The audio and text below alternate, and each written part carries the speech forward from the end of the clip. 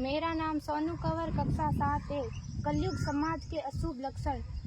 कुटुंब कम हुआ, संबंध कम हुआ, प्रेम कम हुआ, मर्यादा कम हुई, लाज लज्जा कम हुई, विनम्रता कम हुई, समर्पण कम हुए, पुस्तक वाचन कम हुआ, खान पान की शुद्धता कम हुई, बाल कम हुए, कपड़े कम हुए, नींद कम हुई, घी मक्खन कम हुआ, पीतल तांबे के बर्तन कम हुए, भाई भाई का प्रेम कम हुआ, सत्य कम हुआ, अतिथि कम हुए, धैर्य कम हुआ, श्रद्धा और विश्वास कम हुआ, बड़ों का सम्मान कम हुआ और भी बहुत कुछ कम हुआ जिससे जीवन सहज था, सरल था। संतान को दोष न दे।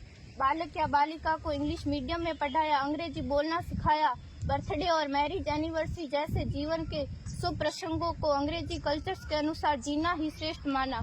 माता पिता को मम्मी डैड कहना सिखाया। जब अंग्रेजी कल्चर से परिपूर्ण बालक या बालिका बड़ा होकर आपको समय नहीं देता, आपकी भावनाओं को नहीं समझता, आपको तुच्छ मानकर आपसे जुबान लड़ाता, जब आपको बच्चे में कोई संस्कार नजर नहीं आता, तब घर के वातावरण को गंभीर किए बिना, संतान को दोष दिए बिना एकांत में जाकर रो लीजिएगा, क्योंकि पुत्र या पुत्री की पहली वर्षगांठ से ही भारतीय संस्कारों के बजाय, मंदिर जाने के बजाय केक कैसे काटा जाता है, यह सिखाने वाले आप और अम्मी है। जब बच्चा पहली बार घर से बाहर निकलता है तो प्रणाम और आशीर्वाद के बदले बाय बाय कहना सिखाने वाले आप और अम्मी है।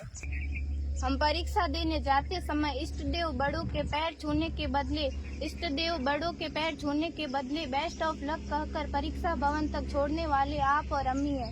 बालक या बालिका के सफल होने पर घर में परिवार के साथ बैठकर खुशियां मनाने के बदले होटल में पार्टी मनाने की प्रथा को बढ़ावा देने वाले आप और अम्मी है। बालक या बालिका के विवाह के पश्चात कुल देवता देव दर्शन भेजने से पहले हनीमून के लिए फॉरेन टूरिस्ट स्पॉट भेजने की तैयारी करने वाले आप और अम्मी है। ऐसी कई ढेर सारी अंग्रेजी कल्चर्स को हमने जाने अनजाने स्वीकार कर दिया है।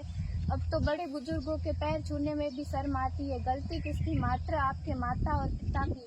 अंग्रेजी अंतर्राष्ट्रीय भाषा है से काम का हेतु सीखना है, अच्छी बात है, लेकिन इसकी संस्कृति को अपने जीवन में उतारने की तो कोई बाध्यता नहीं थी। अपनी समृद्ध संस्कृति को त्याग कर नैतिक मूल्यों, मानवीय संवेदनाओं से रहित अन्य सभ्यताओं की जीवन शैली अपनाकर हमने क्या पाया?